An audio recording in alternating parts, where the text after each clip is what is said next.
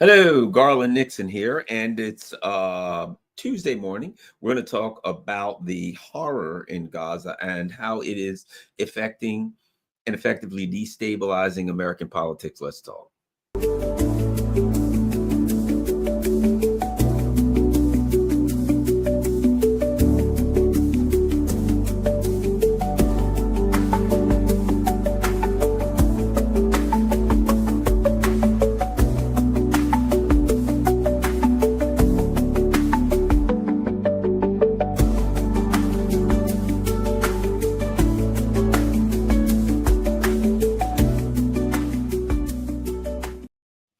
Hello, Garland here. Let me just make sure I got my audio set. Yeah, everything looks good. All right, let's have a discussion. And by let's, I mean me, I guess. I don't know. People will be uh, um, commenting, and I'll talk about the comments out there. By the way, 2:30 p.m. today, Sarah Bills from DD Geopolitics, a very popular guest on this channel. Sarah's great. She's awesome, brilliant. She's hilarious. Very knowledgeable. So I look forward to about an hour and a half or so, hour and 15 minutes, 14 minutes. We're going to talk with Sarah. Meanwhile, let's get started. Let's start with this. There is a recent Gallup poll, right? Here's a couple of things. Now, here we go. 60% of U.S. adults now disapprove of Israel's military actions in Gaza, making a significant increase from the 45% disapproval rating. Well, that's pretty pathetic, 60%. It should be 100%, but let's keep going. But that just shows you bad things about the United States. Let's keep going. The poll also shows that Prime Minister Benjamin Netanyahu has received his lowest favorability rating. Let's see if we can find. It's interesting. They don't have the number. I don't see the number. I don't trust these anyway, so they don't give me the number. But here's the thing that's interesting. The increasing disapproval stems primarily from Democrats and independents, with Republicans continuing to show strong support for both Israel's military actions and Netanyahu. The poll reveals, now listen to this. This is an interesting number. 8% of Democrats and only a quarter of independents now approve of Israel's military campaign, right? 8% of Democrats, 25% of independents. The important thing to understand about independence in the United States, while that may seem weird, a lot of people don't understand independence in the United States. If you're from outside of the US or you really haven't studied the independence, here's what you got to realize. People, when they hear independence, what they tend to automatically think is the Democrats are here, the Republicans are here, the independents are here. For the most part, the Republicans are here, Republican independents are here. The Democrats are here, Democratic independents are here, right?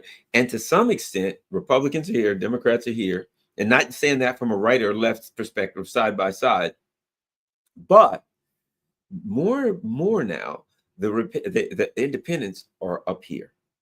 They are looking at Republicans, and more Democrats, independents are looking at Republicans and Democrats in the manner that I do, as a brainwash cult, and saying, you people have been had, you people have been lied to. And more independents are looking at the two parties saying, we don't believe anything their leaders say. We don't believe anything the government says. We don't believe anything. We believe we're getting a big intel psyop all the time. So a lot of independents now have totally lost all trust in government, period. In particular of the two parties. And that is the fastest growing segment in the United States. And might I add, the largest. Last I checked, and I'm sure these numbers have changed, but the last I checked, Democrats were about 29%, Republicans were about 31%. That came to right around 60% were Democrats and Republicans. The other 40% were neither. Okay, now that SM Green and some this and that, you got the Communist Party, you got you've got the Libertarian Party. There's actually an independent party in the United States. You got lots of small parties, things like that, but 40% is outside or outside of that. So what we see now is, and think about this, the Democratic Party. Let's start here. The Democrats are not democratic, but you know what I mean. I use that term Democratic Party, and I don't use it as a descriptive term. right? That it is democratic. We know that the United States is not a democracy, period, point blank. A democracy, no matter how you put it together, a democracy must respond to the citizens and respond to the voters and the people. The United States doesn't do that. I don't care what the process, how we get a government.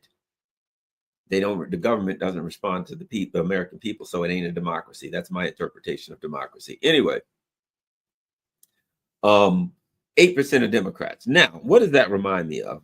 As a person who used to be a Democrat, I remember when the Democrats were talking about Medicare for all, that everybody should have Medicare. If you just open up Medicare, put everybody in Medicare, everybody's got medical coverage. Okay. Well, 88% of Democrats were in favor of that. Whether you think about it or not, whether you agree with it or not, whatever, this is politics. We're talking politics now. 88% of Democrats agreed. Now, in a Democratic group organization, if 88% of the people wanted something, it would be the job of the people who are running it, the people who are, quote, representing that policy, to be in favor of it. That's what it is. I've seen things with the Republican Party where most of the Republicans were in favor of something that I disagreed with. But if I saw the party act in favor of it, I said, that's democracy right there. And vice versa. That's democracy, whether I like it or not. If I'm in the minority, if there's a party and the majority of the people in the party want something, it is the duty of that party to represent those people, is it not? 88%. At that point, I said, well, apparently it's the other 12% that runs the party, right?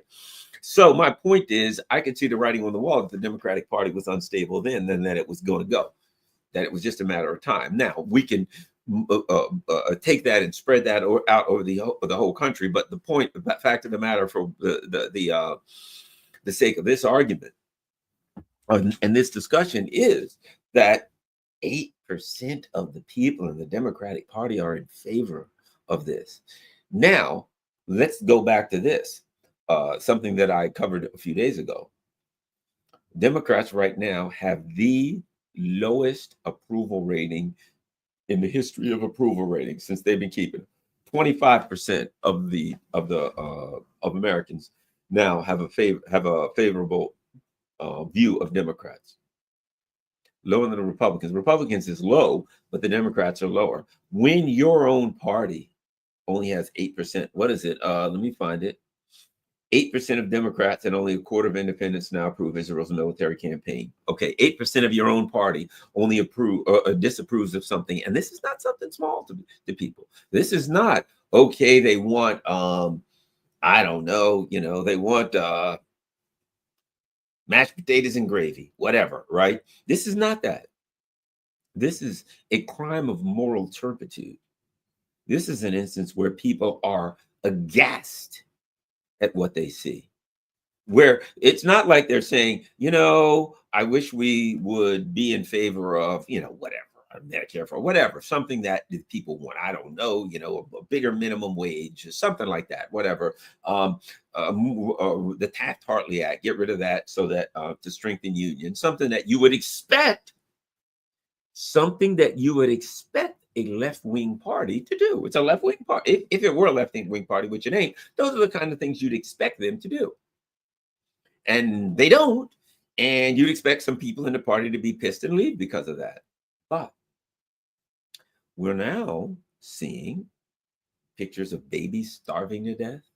Deliberate starvation, a medieval siege against people who are unable to defend themselves. Just a smiling, murderous group of Nazis saying, hey, let's shoot children. Let's drop bombs on tents.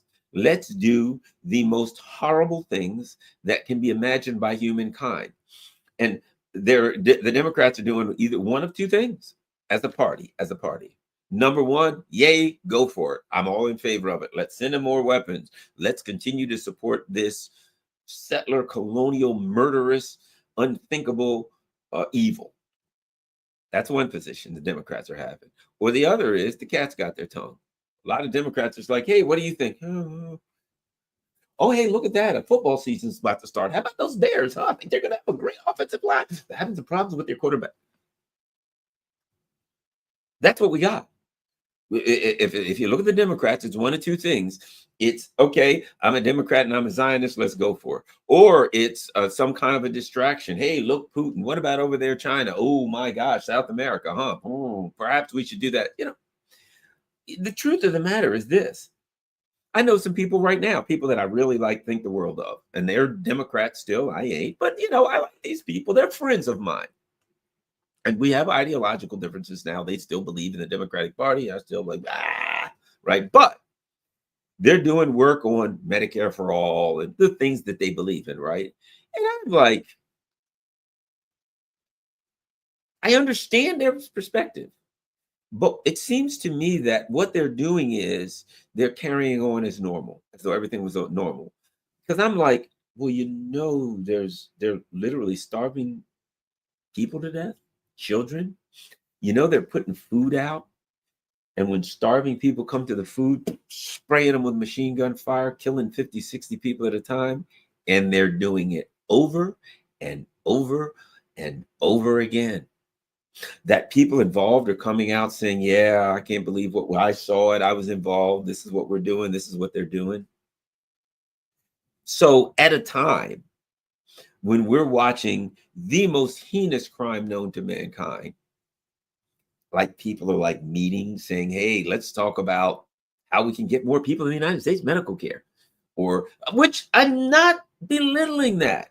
I ain't saying that ain't important. I'm just saying I got priorities in life. And if you're a politically motivated person, how do you just say, man, my party's supporting a genocide? That's terrible. All right, now let's get back to the business at hand. Does anybody have, let's bring this meeting to order and let's start talking about the things we need to talk about. I think people should have a better way of, I can't. And I think a lot of other people can't overlook this. And I'm going to add this. This is destabilizing politics in the United States. Why? You've heard me tell the story again. You got a friend and you see the friend do something.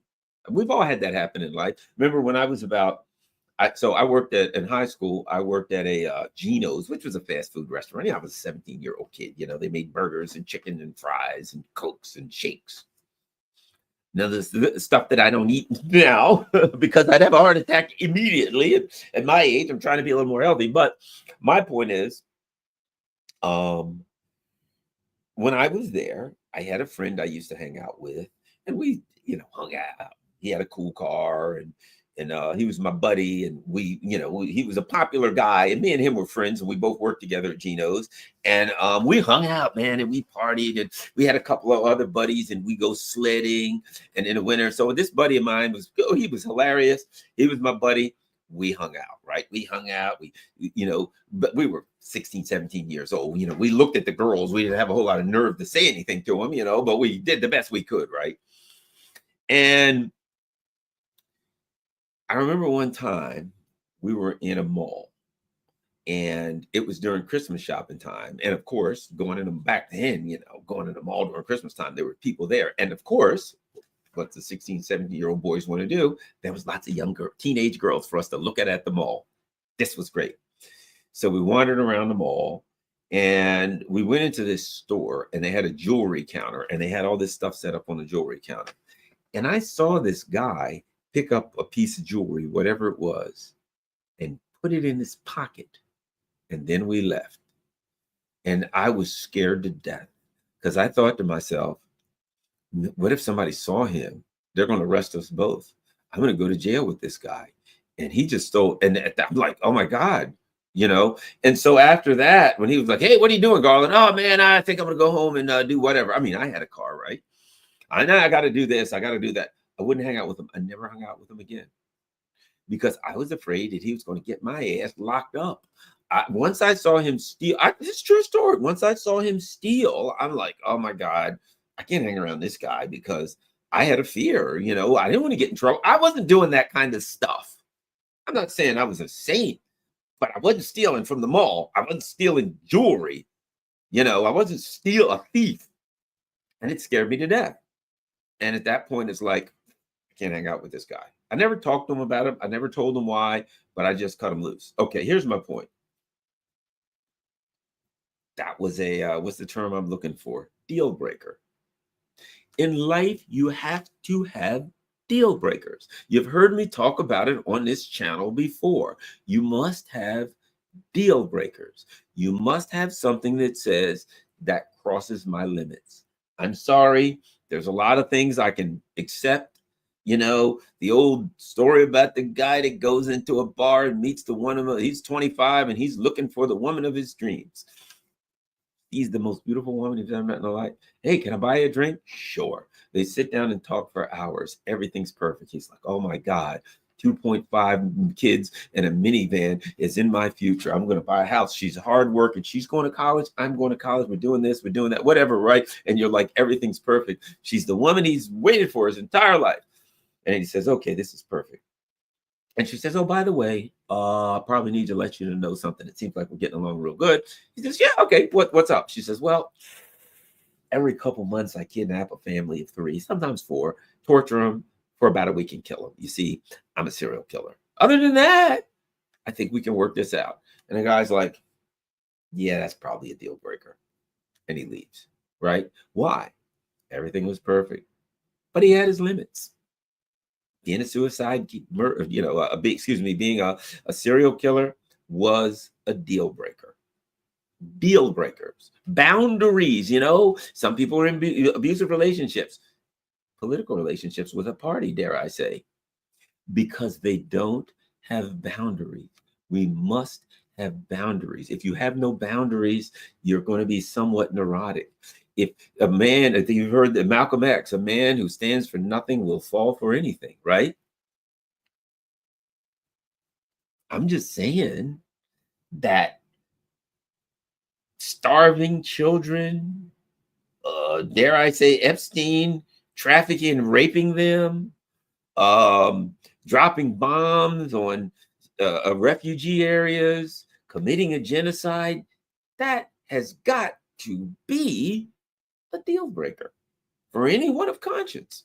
What we're seeing in America is there's people in America who are very fascist oriented, who are willing to accept genocide and are willing to justify it to yourself. Well, they've got to kill all these people because they're defending themselves or whatever, right? But if you are a political party and you get to a deal breaker of that magnitude, shall we say, how do you recover from that? Right now, look, let me give you an example. I'm just talking about the Democrats for now. Right now, I'm going to get to the Republicans. The Democrats are, the plan. It's always the plan. The plan is, look, we're horrible. We ain't gonna do nothing for anybody. We're just a Zionist, a warmongering scumbag, neoliberal scumbag, same as the Republicans. But we know that when we screw everything up and get out of office, all we got to do is wait. Because the Republicans will be in, and before you know it, they'll screw things up so bad, so horribly, so unthinkably bad that midterms people come back to us. So that was their plan. So, look at Trump. He's a disaster. And Trump is a disaster. And we're going to get into that. But he's been disastrous for himself. And he is demonstrating his inability to preside over this faltering, collapsing empire. And he can't even play the game well. And he's trapped, foisted on his own petard, right? He's trapped by his own lies to get elected. Right. And what was he going to do? He had a paradox. If he didn't lie, he couldn't get elected. But if he does lie, he can get elected. And at that point, after he gets elected, the whole house of cards is going to collapse. Oh, yes, I'll bring peace and I'll release the Epstein files, both things which he couldn't do if he wanted to. But if he didn't say that, he couldn't get elected. So he was screwed in a way. He had to lie, which he has no qualms about doing. But he was going to get tangled in his own lies. There we are. But meanwhile, as I said, you have the Democrats now who their plan was easy. Oh, you wait till the midterms. 8% of your people are in favor of your principal funder, which is Zionism, of the foundation of your party, which is Zionism, and supporting Israel. 8% of the people. And not are they not only in favor of it, They find it despicable. They find it abhorrent.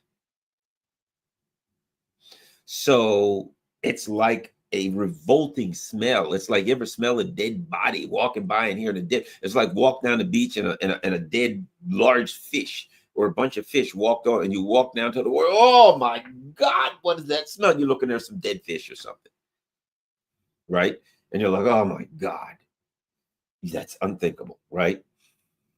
It's revolting. It makes you want to vomit. It makes you recoil and heart. I'm going away from. That's bad. That's real bad. Ugh, right?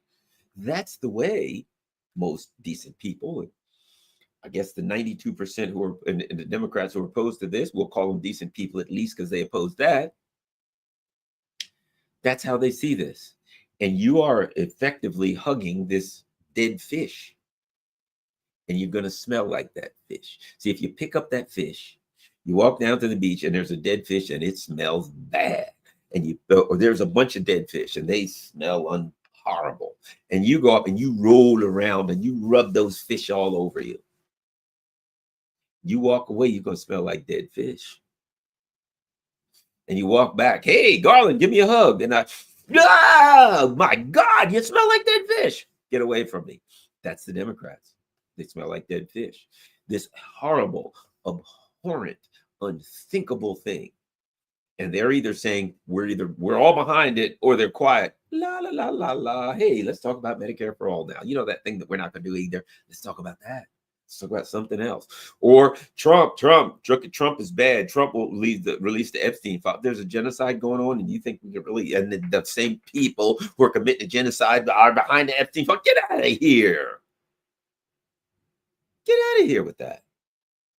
So there were people who didn't feel positive about the Democrats. Look, there was a poll that said that 30% of the people who voted for Biden, who didn't vote for Kamala Harris, 30%, a third of them said they didn't do it because of Gaza. And that's when it was bad enough. Now they've stepped it up. So they're putting out bait. They're putting food and water out. And when people come to get the food and water, they machine gun them. We got to see pictures of starving children. Who the hell wants to see that? Knowing that this party is a party to that. I don't see how they recover. It's unstable. I think one of two things is going to happen. Well, here's what I can see happening. Let me say this.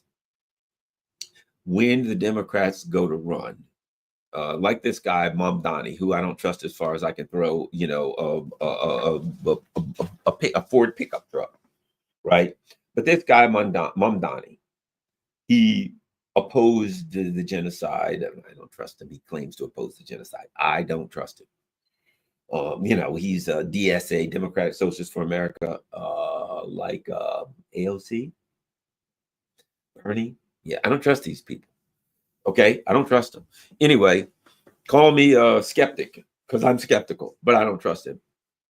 But my point being, you're going to have people who run, some who will be limited hangouts, some who will certainly be, playing puppets, playing the game. But you're going to have people saying, I'm opposed to the genocide, so therefore I'm challenging Democrat A in this particular area. And you're going to have Democrats who say, ooh, I'm in deep trouble. The numbers say I'm going to lose. But I can't oppose Israel because those are my owners. So I think the Democrats are going to have a problem in midterm because, as we've seen, even with Mamdani, a guy that I don't trust, when he wins opposing Israel, the whole Democratic Party goes to war with him. The whole Democratic Party, he's got to be stopped. They'd rather have a Republican or anybody than him. Okay. I think that you're going to have this internal war wherein the Democrats are going to try to go to war with, in their party, anybody who runs an anti-genocide, anti-Zionist platform. Their owners are going to say you've got to fight them. So the AIPAC is going to be at war with any Democrat who runs with an anti-Zionist platform, number one. Number two, if that Democrat wins the primaries, then AIPAC and the Democrats will then side with the Republican and say, we'd rather have a Zionist Republican win than an anti-Zionist or non-Zionist Democrat, which is good because it will it will formally expose the Democrats for what they are, and that is war first, Zionist first. That's not really that what they claim to be as a political party, what they have claimed to be is all a fraud. That it's just a Zionist war machine masquerading as some kind of a political party, which is what the entire US empire is. It is a Zionist war machine masquerading as a nation, as a country, as a constitutional democracy, as a republic, whatever you want to call it. It's all a fraud. It's not a democracy. They don't give a crap about the Constitution. They don't represent the people. It is a Zionist imperialist venture that works by, of, and for the top 1%. And of course, the Zionists are in the top 1%. So the leadership of the Zionists, and of course, the leadership of other entities, Wall Street, wherever. But the bottom line is, somebody said Israel has no constitution, neither does the United States. Don't fool yourself. Don't fool yourself. We have I would look at the Constitution in this way. It is something that the people, A, think is a legal framework, and B, aspire to. We look at free, and we aspire to have that free speech. We aspire to have other things, right? The Fourth Amendment, freedom from unreasonable search and seizure. The Fifth Amendment, freedom from self-incrimination, all these kind of things. We aspire to have these things, but we ain't got them. Look up parallel construction. Does anybody know what parallel construction is? All you have to do is look up parallel construction, which I believe Comey, Mueller, those guys originally came up with it. Parallel construction is this. If you think we got a constitution. And again, this is my background, so I can talk a little bit about this. Here's what parallel construction is. The DEA, and this is where it all came from, but let's just say, for instance, we're using the DEA, others use it. The DEA goes to the NSA and say, I need info on Garland. And the NSA says, Garland is selling weed, I don't know, whatever, right? Illegally. And he will be on the corner of 5th and Elm at 12 p.m. selling weed. Okay. And we know that because we have illegally tapped his phones, because we're the NSA, we've illegally tapped everybody's phones. So based on illegal violation of his every amendment that he has, the Fourth Amendment, unreasonable search and seizure, the NSA illegally tapping Garland's phones, knows where Garland's going to be. We listen to it. So Garland is selling weed, and he's going to be at the corner of 5th and Elm at 4 p.m. selling weed. Okay. The DEA then comes to the corner of 5th and Elm and arrests Garland. But there's the problem here. The problem is they arrest Garland using illegally obtained evidence, right? How did they know Garland was selling weed? And how did they know Garland would be selling weed on the corner of 5th and Elm at 5 p.m., 4 p.m., whatever it is? They knew it because they found out from the NSA, and NSA gained it through illegal electronic taps, illegal electronic eavesdropping.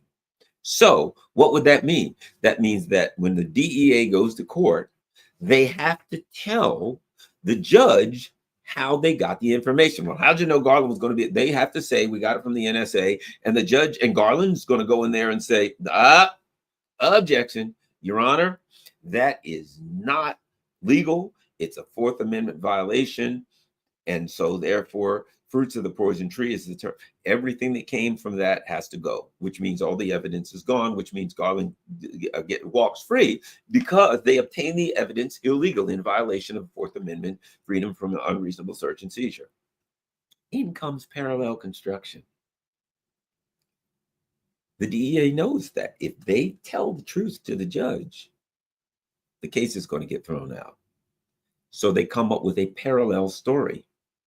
And they lie, and they don't expose to the judge that the evidence came from NSA. They don't expose to the judge that they illegally obtained evidence and therefore the case must be thrown out. That's called parallel construction. It's simply violating the Fourth Amendment, arresting someone, and then lying, which means if the government knowingly violates the Fourth Amendment, obtains illegal evidence against you, and now at that point you'd be able to get the case thrown out. You can't, because they don't tell you that they got the evidence illegally. They come up with a parallel story. That's right. Somebody put it out. It's simply a lie. They call it parallel construction. It's simply a lie. How did you know Garland was going to be at 4th and Elm at selling weed at 5 p.m.? We had an informant. That's a lie. They didn't have an informant. They make that up. And here's our informant, Joe Blow. He's just an FBI plain old informant. He gets on the stand and lies, and you go to jail. So, do you still think you have a constitution? Oh, by the way, this was run past Congress, and Congress approved of it. Sure, sounds good to me. That's Congress. So you still think you have a constitution? No, you don't. You don't have a constitution. This is not a constitutional republic. This is none of that crap. It's just this constitution and all that is there kind of like a framework, and mainly to give you the idea that they're playing by the rules, but they ain't. Now, what you have now is number one, the opposition party has collapsed. Morally, it's collapsed, right? Morally, the people who are in the opposition party, use that word charitably, now are looking at their party. 8% of the people in the Democrats are like, yeah, great job, but we like what's going on in Israel. The other 92% are like, oh my God, this is unthinkable. And most of the people that I know are like, oh boy, this is really, really bad. How does the party bring people back? I'm not going to go back and hang out with that guy who's a thief. It's over. He crossed the line, a red line. And I think the Democrats morally have crossed a red line. You see what happened with AOC? AOC voted I think Marjorie Taylor Greene put forth a bill and said, hey, we want to take $500 million from Israel. Now, I was wrong earlier. I had said, oh no, it wasn't aimed at the Iron Dome. Well, apparently it was aimed at their missile defense shields, whatever. Okay, so I was wrong about that. I had mentioned that it wasn't, but in further research, I found out that I was wrong, that it was. And AOC said, nah, they've got to be able to defend themselves. Man, she's been roasted by lefties and even people in the Democratic Party. I don't consider them lefties. I just consider them, brainwashed puppets. Same as the Republicans, brainwashed zombies, right? Cult members. But she tried to back her way out of that. She tried to dance her way out of that. But it didn't matter, because everybody knows who she is. And oh yes, they're committing. And now, where's AOC? And she's supposed to be on the street screaming and yelling and jumping up and down? No, she's not. None of the Democrats are. They're very, very mild-mannered when it comes to the opposition of genocide. Even the ones that are opposed, well, perhaps the Israelis are stepping over the line a smidgen. Perhaps maybe it's not a good idea what they're doing. And perhaps maybe we should do things a little different. Maybe we can cut not $500 million, $100. I say if we cut $100 from the Israelis, and then of course they all vote to give them an extra $100, not take it. They may say they're going to vote to give them more. If somebody comes up tomorrow and says, yes, we want to add $500 million to what we're giving to the Israelis, you damn sure bet AOC will vote in favor of that crap. She ain't going to vote. She's going to oppose taking money from them. But if they want to give money to them, oh, she's all for that. And as I've said recently, it seems to me that the Grave Zone has exposed that she was a fraud, and that her biggest backer has always been some Zionist billionaire, super rich guy. So to me, AOC, I thought for a long time that she was just a limited hangout. She was supposed to come in and say, oh yes, I'm just a waitress off the street, and that was always a bunch of bull crap in my opinion. That she's always been part of the controlled opposition. That's my opinion, that the Democrats are just controlled opposition. And when the Democrats are in public, the Republicans are controlled opposition. That's all it is. So the Democrats, going, if we don't face complete military and economic collapse before the midterms, which is quite possible, I might add, it's some kind of a military catastrophe or something by the midterms. All of these things are possible. Economic catastrophe, all possible. I don't know how that would do things, but let's just say we continue into the midterms of the way we're going. I don't see, normally you would expect the Democrats to take a lot of seats because the Republicans are, have issues. I think the Democrats, after the whooping that they got by Trump, they go into the midterms and they told everybody, we ain't Trump. Trump's so bad. The whole United States, everybody's going to hate Trump. You wait till the midterms. Trump's so bad. If they don't muster much in the midterms, which the way we're going, I don't see how they can. I don't see how you consider them a legitimate national party anymore. Now, maybe they'll come back. I don't know. We've said this before about parties, but once people lose faith in you, once you've crossed red lines and things like that, there's times when people ain't going to come back. And there's a lot of people, I think, right now, looking at the Democrats saying they're not my kind of people.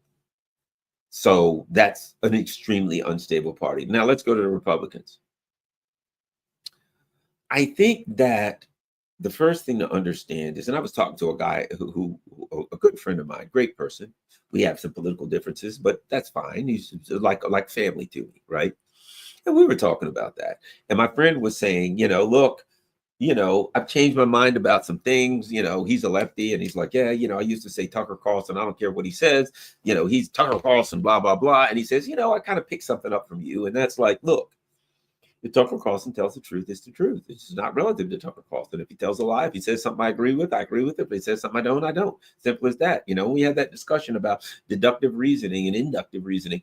And the bottom line is this. You must take, a man could tell a lie, 100 lies in a row. The 101st thing that he says could be true. You have to evaluate every bit of data that you have, right? I'm rubbing my dirty glasses, or rather scratch glasses. Every bit of data you have to evaluate it independently. Notwithstanding all the other things that have happened, it could be true. And notwithstanding all the things that anybody has said, you could disagree with 99 things, and a guy could say one thing that's true. There's a guy, Nick Fuentes. There's a lot of things I don't agree with Nick Fuentes, but sometimes I listen to Nick Fuentes and I say he's on the money there. It doesn't mean that I approve of any of his positions, his morals, anything else. But if I listen to Nick Fuentes, sometimes I do, just for the hell of it. I listen to a lot of different people, and I listen to him sometimes, and I'm like, yeah, I disagree with a lot of this stuff. God, this is really far out there. But there are areas where I'm like, yeah, he's on the money there. You should be able to do that.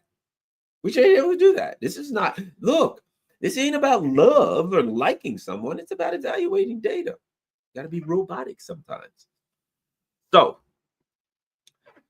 let's go back to the Republican Party and how they got here. I think this is important. Trump won. And I've said this before. Trump didn't win because he's Republican. He won because he wasn't. Now, I don't mean policy-wise he wasn't a Republican. I mean rhetorically he wasn't a president of a Republican. Trump has been the most popular person in the Republican Party since 2016. About 10 years, we're going on 10 years here, 9.5, almost a decade. He's been the most popular person in the Republican Party. Why? And go to Obama 2008. Why did all of these people, there are people who were Republicans that voted for Obama. You had a similar scenario in the last election. You had Black folks who never voted for a Republican and would consider vote for Trump. You had in 2008 people who would never consider voting for a Democrat voted for Obama. Why is that? Because they wanted something different and they thought they were getting something different. They'd had enough. It was the 2008 crash. They wanted something different. Voted Republican their whole life, never voted, whatever. Hey, I think we got something different with Obama. They voted for Obama. Well, okay, he was a bit of a limited hangout and they were lied to and they found that out eventually. Along comes Trump. He's Obama. I call him the Republican version of Obama.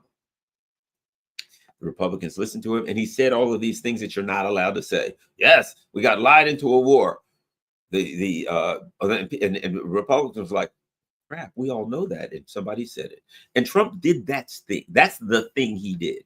He said things that you weren't allowed to say. He took positions that you weren't allowed to take. All this kind of stuff. He gave the impression that he was going to do bottom up politics, that he was going to represent the working class. And there were people saying things. He sounds like me. Oh, he's saying things the system doesn't say. This is all true.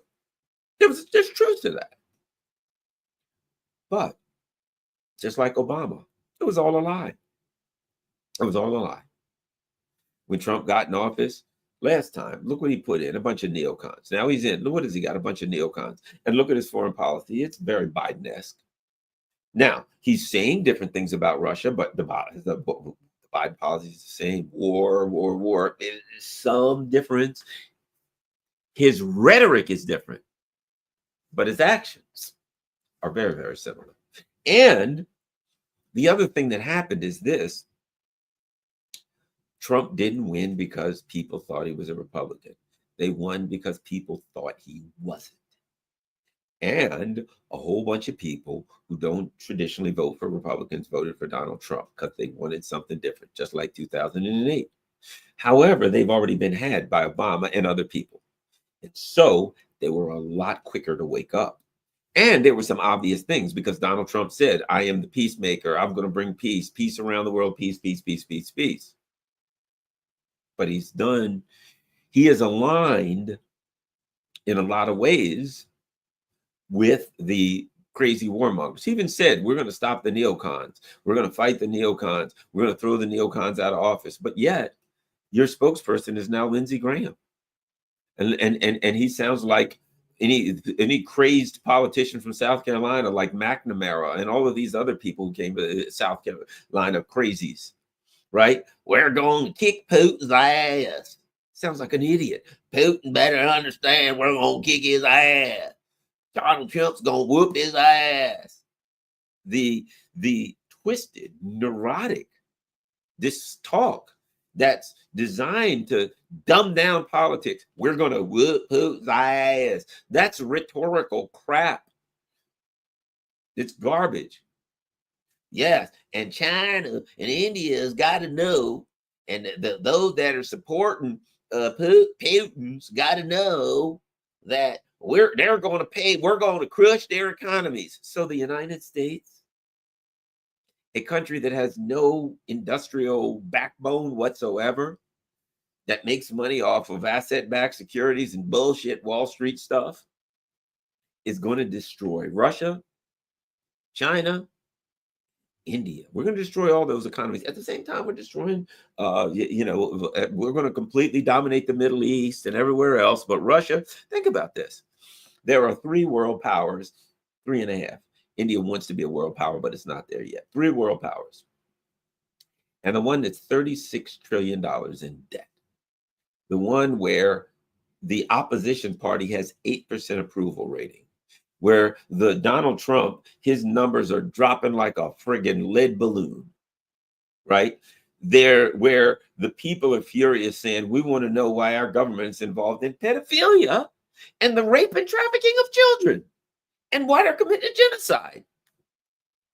That country, we are to believe, has the power to wipe out Russia and China's economy. That's what he said. We're going to destroy China's economy. We're going to crush their economy. We are going to crush their economies.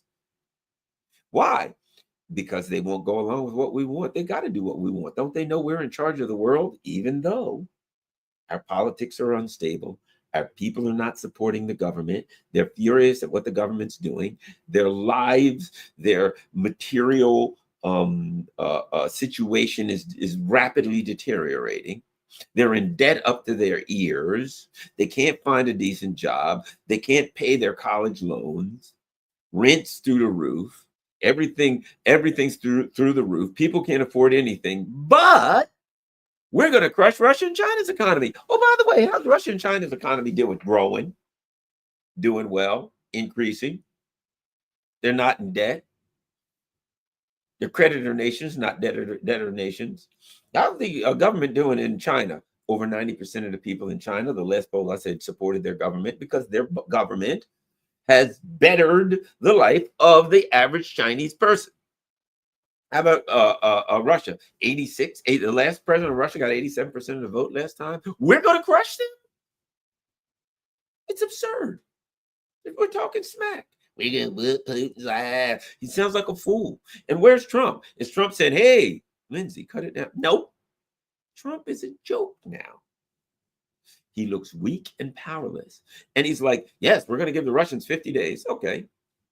Now he's like, I'm going to shorten that to 10 or 12 days. You know what he looks like? And then Lindsey Graham, you know what Lindsey Graham was saying on Fox News when he said all that? I won. The neocons won. We kicked Trump. They're not saying they're going to whoop Putin's ass. They're saying they whooped Trump's ass. Yes, sir. We whooped Trump's ass. And now he's going to do what he's got to do. We're do what he's told to do. Trump is in deep trouble with this Epstein thing, and we whooped his ass. And we're going to tell him to do this to Putin, and we're going to tell him to do that, and this and that. And he's going to do what the hell he says because we got him where we want him by the short and curlies, and we're twisted. That's what he's really saying. He got rid of Putin. The word is Trump. The neocons own Trump, and they got him by the short and curlies. And he's just stumbling around. 50 days, 10 or 12. Now, are we to believe that Donald Trump right now is trying to negotiate a deal with China? They're still working on this deal with China. And they know good and damn well that if they piss China off, China can yank the rug out from under the U.S. economy. They know that.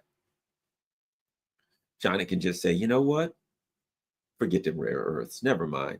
You need rare earth minerals for everything. You need them for military industrial complex. You need them to make cars. You need them all for all kinds of stuff, don't you? Yeah.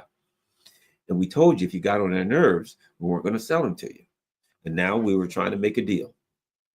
And you're going to come out in the midst of negotiating for a deal and put 100% tariffs on us? Okay. We've come to a conclusion. And the conclusion is we do not need to negotiate anymore. Apparently, you didn't appreciate the opportunity to get these rare earth minerals.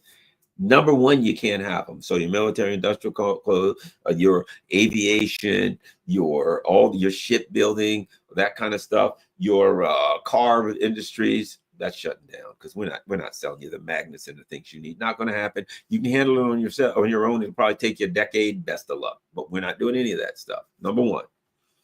Number two, we're not even going to negotiate for that anymore. We just ain't selling it to you. We're just not selling it to you. So you go ahead with your 100% tariff to whoop Putin's ass. And we will keep our rare earth minerals to ourselves.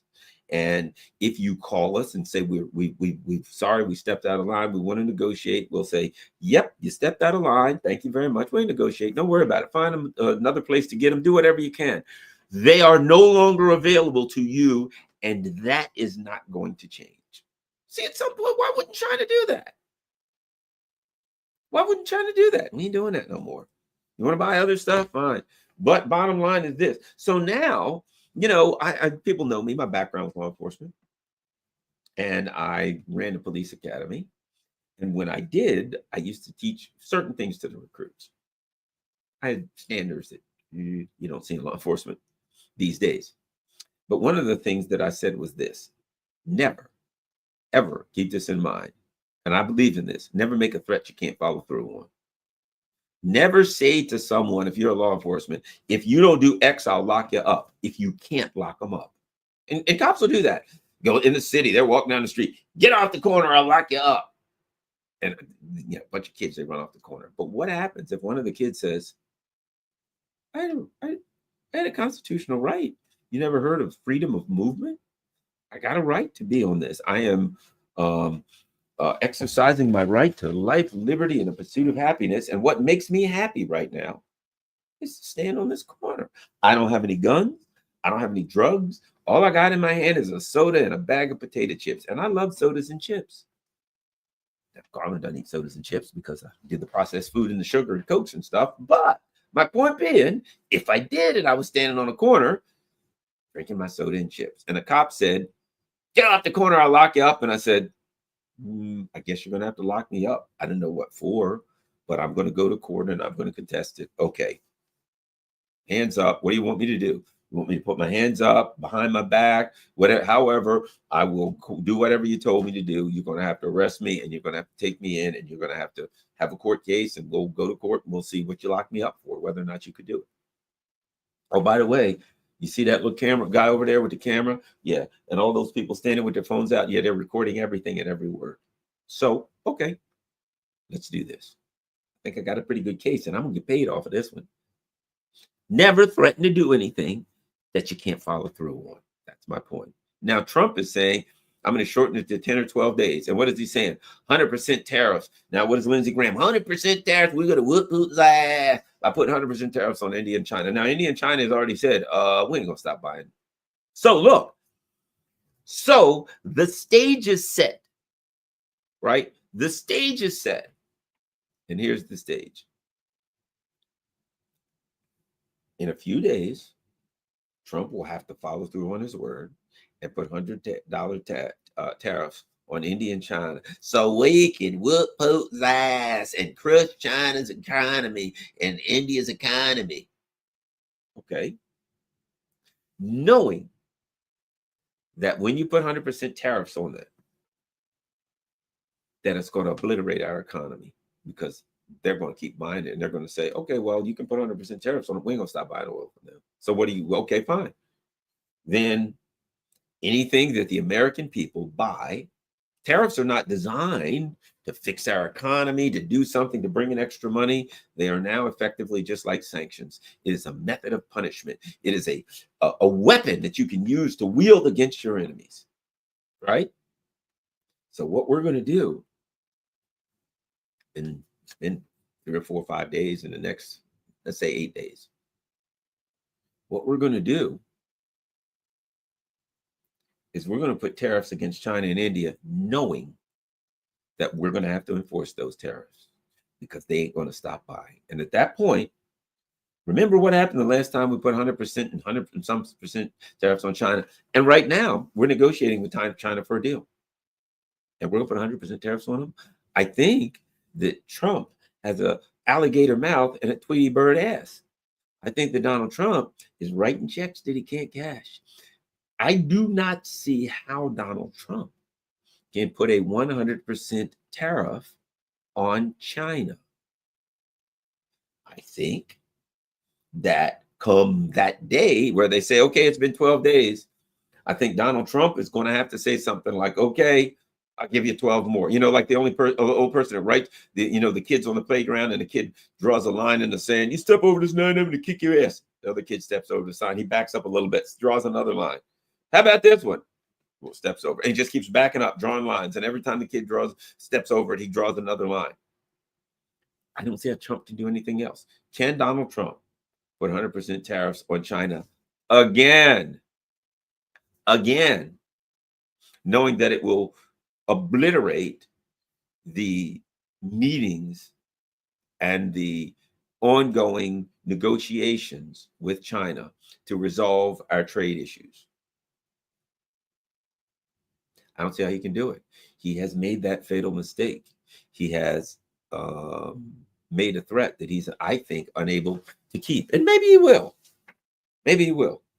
If he does, then our economy crumbles. We can't build cars probably anymore. Airplanes, military industrial complex goes dead, things like that. A lot of other stuff, aviation, and I can't build that. So we will see. We will see. But I just see this as another indicator of a unstable political system that is crumbling. Donald Trump, his presidency is crumbling. I mean, anytime a man comes in and he promises to be the antidote to the neocons, and Lindsey Graham is speaking for him, dude, you've come full circle. You're a 180. Lindsey Graham is now speaking for Donald Trump. You got to be brainwashed to still think, be a MAGA person, and still think that Donald Trump is leading MAGA, that he's going to do anything that he said he's going to do, because he will do a bagel Bupkis, zero. He will do the opposite of the things that he said. He will do what his masters tell him to do. He doesn't have the authority to do that if he wanted to. So the Democrats, done, toast, finished. The Republicans. Donald Trump was, in a way, their last hope, because people voted for him because they thought he wasn't a Republican, and they were sick and tired ever since 2008 of what the Republican Party is, which is the same thing as the Democrats. And now that they come to realize that Donald Trump, that the only thing that the Republicans were going to give them is something that looked like the real thing but wasn't. That's what they're going to give them. They wanted the real thing, and they got something that looked and sounded like the real thing, but it ain't. I don't know how they will get past that. Again, MAGA got played. Exactly. We've all gotten played. That's what's happened. We've gotten played. We got played with Obama. They got played with Trump. But now the Democrats are looking, and they understand that this is a nasty, filthy, genocidal monster that they're supporting. The Republicans realize, a lot of them at least, that Donald Trump didn't come, as I always like to say, he didn't come into U.S. politics. He came out of U.S. politics. He is a creation. He is an expression of U.S. politics. He's an expression of the dysfunction of U.S. politics. He's an expression of the diabolical nature of U.S. politics. That's what Donald Trump is. And I'm glad to see that a lot of people are waking up to see that and to know that, and they're coming out and saying it, and that now people are going to look in the direction, I think, more of not just alternative media, but alternative politics, because the institutions of politics, the institutions of media, the institutions of academia are being revealed as all of one institution, the institutions of empire, tools of empire. And people are sick of the tools of empire, because empire is out there. Empire is this thing, this monster that they have to feed, and they're giving it our food. And we're tired of being hungry. We need to eat. Thanks a lot, everybody. Let me look.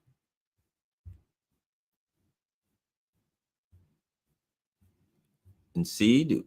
Let's see what we got here. Thank you. There we go. Thank you, Dino Panalucas, for the super sticker. Let's keep looking. Do we have any? No, that's it. Any more? I don't see any other super chats or anything. All right. Thanks a lot, all. Share this on all your social media platforms. That's important. Might I ask if you can afford it? Buy me a coffee, Patreon, Cash App, PayPal. Great options if you can afford it. If you can't afford it, here's what you can do. You can share this on all your social media platforms. By the way, I got a P.O. box there. Look at it, it's right under there. P.O. Box 32, Glen Burnie, Maryland. If you want to send whatever, as I said, some people send donations. I just got another book. A lot of people send books. People send magazines. People write things for me, cards, you name it.